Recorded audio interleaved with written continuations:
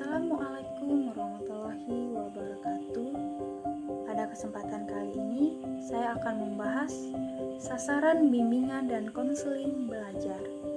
Pertama-tama, kita akan membahas apa itu belajar. Menurut teman-teman semuanya, belajar itu apa sih?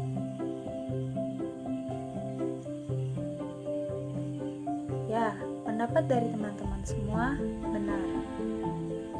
Nah, teman-teman, tanpa kita sadari, saat kita melakukan aktivitas kita sepanjang hari, kita mendapatkan atau tanpa sadar menjalani gejala belajar loh. Seperti apa gejala belajar itu? Seperti saat kita ingin memasak. Saat itu, kita akan mempersiapkan apa yang menjadi kebutuhan dalam memasak.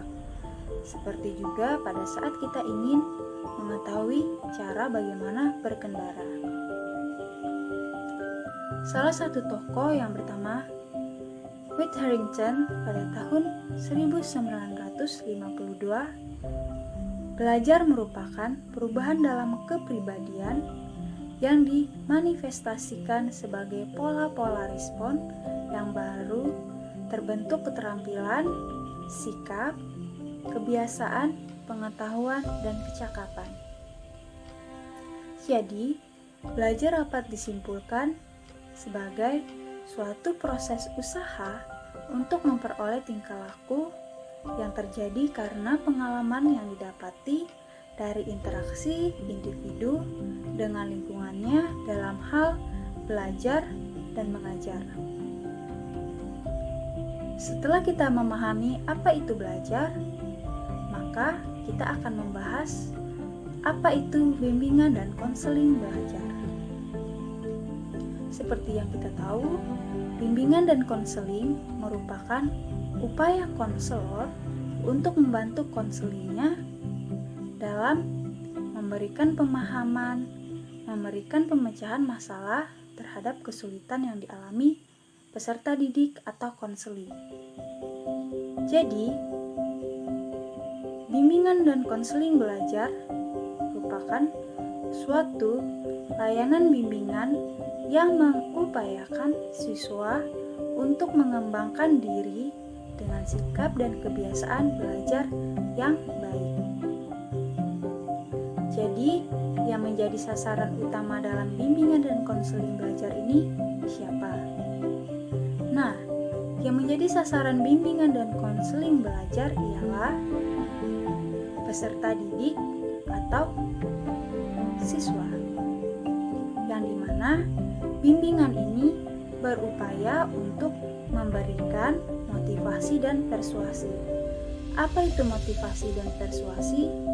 Ialah mendorong dan meyakinkan serta mengarahkan peserta didik dalam mengembangkan pengetahuan dan keterampilan yang dimilikinya. Sasaran ini juga berupaya untuk menyadarkan para siswa bahwa menjalani jenjang pendidikan selanjutnya memerlukan pengetahuan, keterampilan, dan juga kreativitas yang dimana ini semua diperoleh dari proses belajar.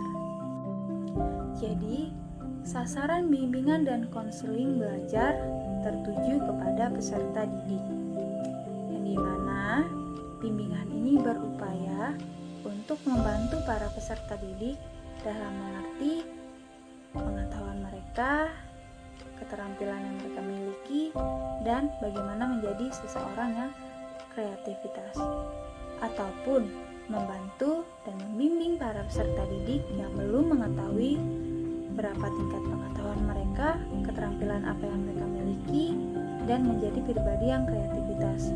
Oleh sebab itu, dibutuhkanlah bimbingan belajar untuk para peserta didik agar mereka mampu mengembangkan kreativitas mereka dan keterampilan mereka dengan sendirinya. Terima kasih.